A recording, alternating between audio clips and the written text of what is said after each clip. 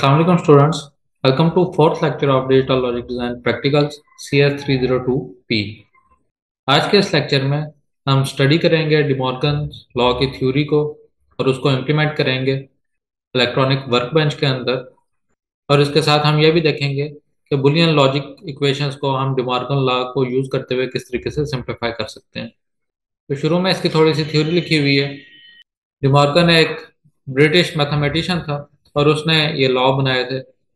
और डिमॉर्गन की थ्योरी को यूज किया जाता है एंड नैंड गेट्स को कन्वर्ट करने के लिए और या नॉर गेट में। और इसी तरीके से अगर कोई ऐसा सर्किट हो जिसमें और नॉर गेट्स मौजूद हो तो उनको कन्वर्ट किया जा सकता है एंड और नैंड गेट में। तो उसके लिए जो दो लॉज हैं वो यहाँ पे लिखे हुए हैं।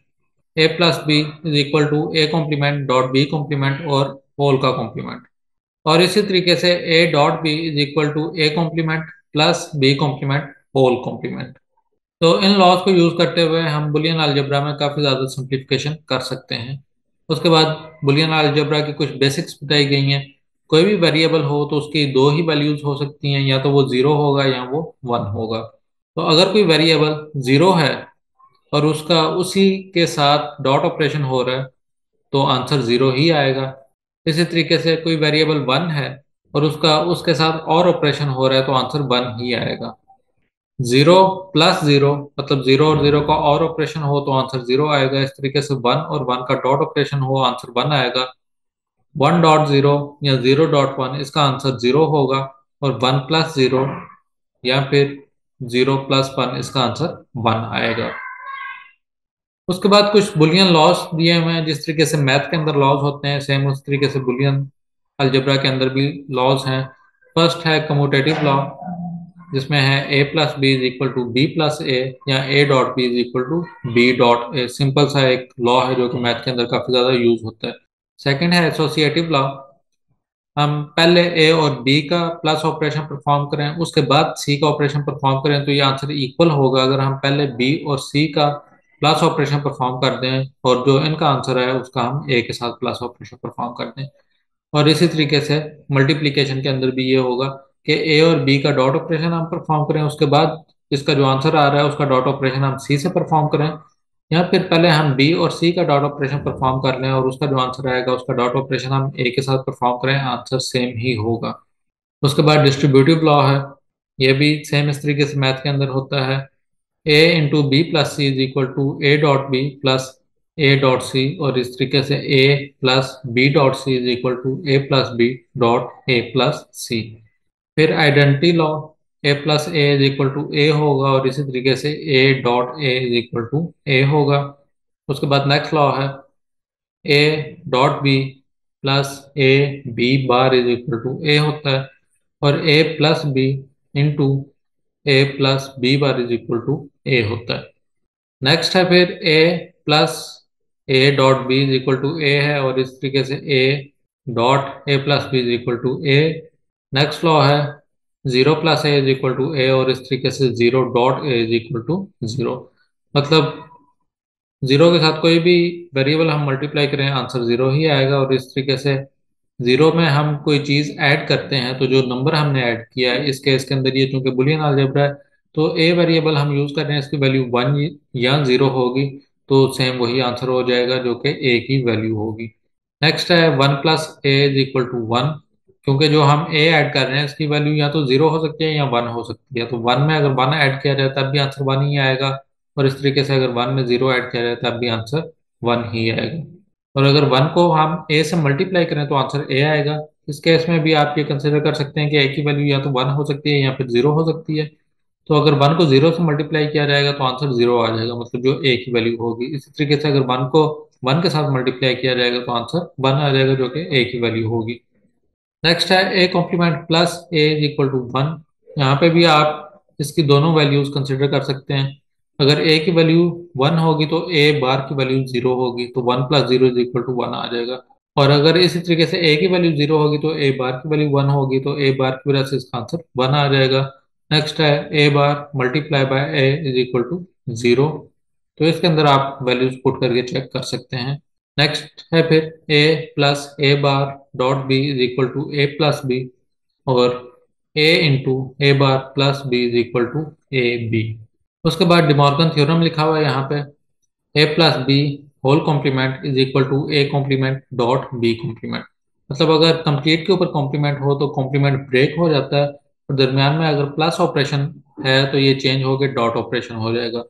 और इस तरीके से अगर ए डॉट बी के ऊपर होल कॉम्प्लीमेंट हो तो ये कॉम्प्लीमेंट ब्रेक हो जाएगा, दोनों वेरिएबल पे अलग अलग आ जाएगा, और जो यहाँ पे डॉट ऑपरेशन हो रहा है वो चेंज होके प्लस ऑपरेशन में कन्वर्ट हो जाएगा।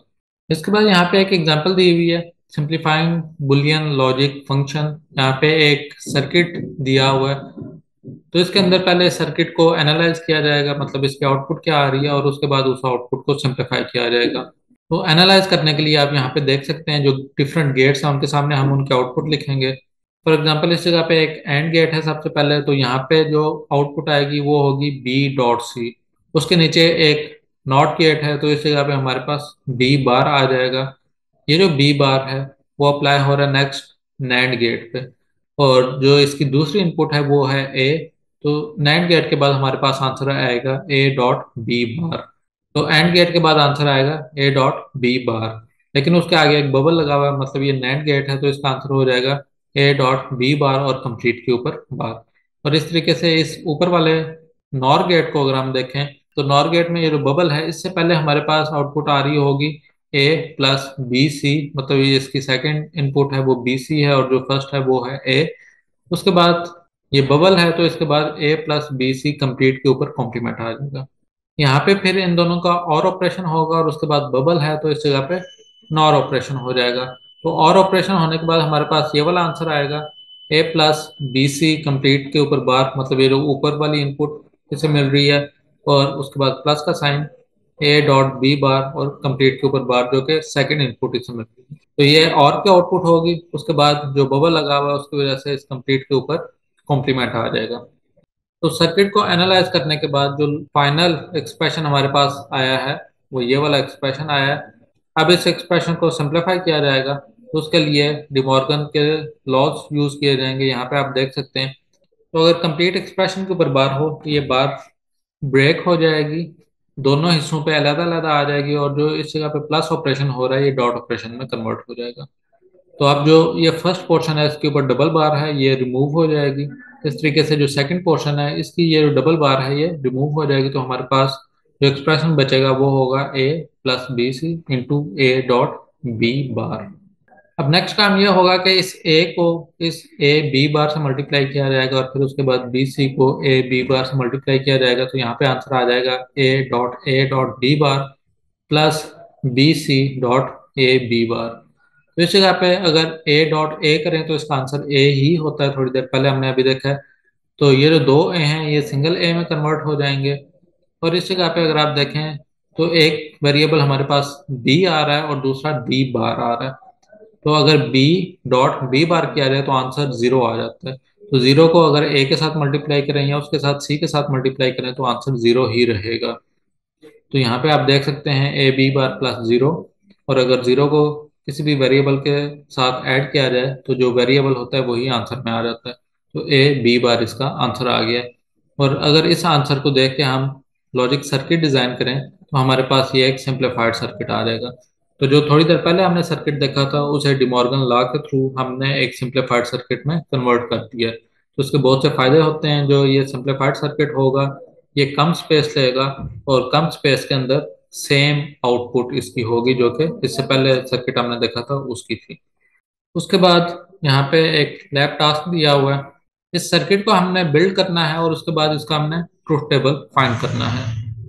तो इस सर्किट में अगर आप देखें तो दो आउटपुट हैं, मतलब जो लॉजिक कन्वर्टर है वो हमें दो दफ़ा इस्तेमाल करना पड़ेगा, लास्ट लेक्चर में ये चीज़ हमने डिस्कस की थी। और उसके बाद हमारे पास इन दोनों आउटपुट के आंसर आएंगे जो कि हम ट्रुथ टेबल में फिल करेंगे। लेकिन उससे पहले मैं सर्किट को यहाँ पे थोड़ा सा एनालाइज कर देता हूँ। तो अगर ये ऊपर वाली आउटपुट देखी जाए तो इस पे दो इनपुट आ रही हैं ए और बी, और उनके ऊपर एक एंड गेट लगा हुआ है, मतलब इस जगह पे जो हमारे पास आंसर आएगा वो होगा ए डॉट बी। और अगर ये नीचे वाली आउटपुट देखी जाए तो यहाँ पे भी ये दो इनपुट आ रही हैं, लेकिन उनके आगे नॉट गेट लगे हुए हैं। तो ए बार और बी बार ये दो इनपुट हैं और इनके दरमियान में एक और ऑपरेशन हो रहा है, तो इसका मतलब है यहाँ पे प्लस आ जाएगा। और फिर उसके आगे एक नॉट गेट लगा हुआ है। इसका मतलब है कि इस कंप्लीट के ऊपर बार आ जाएगी। तो अगर हम डिमॉर्गन लॉ को यूज करें इस जगह पे, तो ये बार ब्रेक हो जाएगी, तो हमारे पास आ जाएगा ए के ऊपर डबल बार, और जो प्लस ऑपरेशन था वो डॉट ऑपरेशन में चेंज हो जाएगा और बी के ऊपर डबल बार। तो अगर किसी भी वेरिएबल के ऊपर डबल बार हो तो वो बार रिमूव हो जाती है, तो जो लास्ट में हमारे पास आंसर आएगा वो होगा ए डॉट बी। तो आप देख सकते हैं कि ये वाला आंसर और ये नीचे वाला आंसर ये सेम है। इसका मतलब है कि इन दोनों के ट्रूथ टेबल भी बिल्कुल सेम ही होंगे। तो अब इस सर्किट को इम्प्लीमेंट करते हैं इलेक्ट्रॉनिक वर्क बेंच में, और वहां से भी कंफर्म करते हैं कि इनकी आउटपुट क्या आ रही है। तो ये भी फर्स्ट आउटपुट मैं लॉजिक कन्वर्टर के साथ कनेक्ट की है। तो इसमें आप देख सकते हैं कि अगर दोनों इनपुट वन हो तो आंसर वन है, कोई एक भी इनपुट जीरो हो जाए तो आंसर जीरो है। अब हम जो सेकंड आउटपुट है वो इसके साथ कनेक्ट करके चेक करते हैं कि उसका क्या आंसर आता है। तो ये कनेक्ट करने के बाद मैंने इसका ट्रूथ टेबल जनरेट किया। तो इसमें भी आप देख सकते हैं कि अगर दोनों इनपुट वन हो तो आंसर वन है, और अगर कोई एक इनपुट भी जीरो हो जाए तो आंसर जीरो होगा। तो इस तरीके से इसका ये ट्रुथ टेबल फिल कर लेंगे। यहाँ पे फिर एक और सर्किट दिया हुआ है, ये भी इसी तरीके से हमने एनालाइज करना है। इस सर्किट के भी दो आउटपुट हैं। फर्स्ट जो आउटपुट है वो और गेट वाली है, और जो सेकंड आउटपुट है उसके अंदर एक एंड गेट है, उससे पहले दो नॉट गेट लगे हुए हैं, और उसके लास्ट पे भी एक नॉट गेट लगा हुआ है। तो इसमें भी ये होगा कि जो फर्स्ट आउटपुट है वो हमारे पास आएगी ए प्लस बी, और जो सेकंड आउटपुट होगी वो भी जब इस कंप्लीट को हम सिंप्लीफाई करेंगे तो इसका लास्ट पे आंसर हमारे पास ए प्लस बी ही आ रहा होगा, और जो हमारा ट्रूथ टेबल है वो उसी के हिसाब से हमें आंसर डिस्प्ले करवाएगा। तो ये टास्क आपने खुद करना है, लॉजिक कन्वर्टर के अंदर ये सर्किट डिजाइन करके उसके बाद इसकी आउटपुट चेक करनी है। उसके बाद टास्क नंबर 3 है simplify the following Boolean expression. इस एक्सप्रेशन को सिंप्लीफाई करना है, और यहाँ पे आप देख सकते हैं कि सिंप्लीफाई करने के बाद इसका भी हमने ट्रूथ टेबल जनरेट करना है। तो सिंप्लीफाई मैं यहाँ पे आपके सामने कर देता हूँ। ये एक्सप्रेशन है हमारे पास A dot B plus A complement A plus B. तो ये हमारे पास आ जाएगा ए डॉट बी, और उसके बाद प्लस ये जो ए कॉम्प्लीमेंट है ये इस ए कॉम्प्लीमेंट से मल्टीप्लाई होगा, तो हमारे पास A complement A plus A complement B आ जाएगा। उसके बाद A complement dot A is equal to zero होता है, तो ये जीरो हो जाएगा। तो उसके बाद हमारे पास बचेगा A dot B plus A complement B. तो इसका आंसर जो अभी थोड़ी देर पहले हमने रूल्स देखे थे उनके अकॉर्डिंग बी आता है। तो ये कंप्लीट एक्सप्रेशन सिंप्लीफाई होके बी के अंदर कन्वर्ट हो जाएगा। इसका मतलब है जो भी बी की वैल्यू होगी वो हमारा आंसर आना चाहिए। तो सिंप्लीफाइड सर्किट में यहाँ पे बी की वैल्यू जीरो है, तो इस जगह पे जीरो आंसर आएगा। फिर उसके बाद वन आएगा, फिर जीरो आएगा, और फिर वन आएगा। और अगर ओरिजिनल सर्किट को हम एनालाइज करें तब भी हमारे पास ये सेम आंसर ही आना चाहिए। तो मूव करते हैं इलेक्ट्रॉनिक वर्क बेंच के अंदर। इस एक्सप्रेशन को मैं यहाँ से कॉपी करूंगा, लॉजिक कन्वर्टर के अंदर पेस्ट करके उसका हम ट्रूथ टेबल जनरेट करेंगे।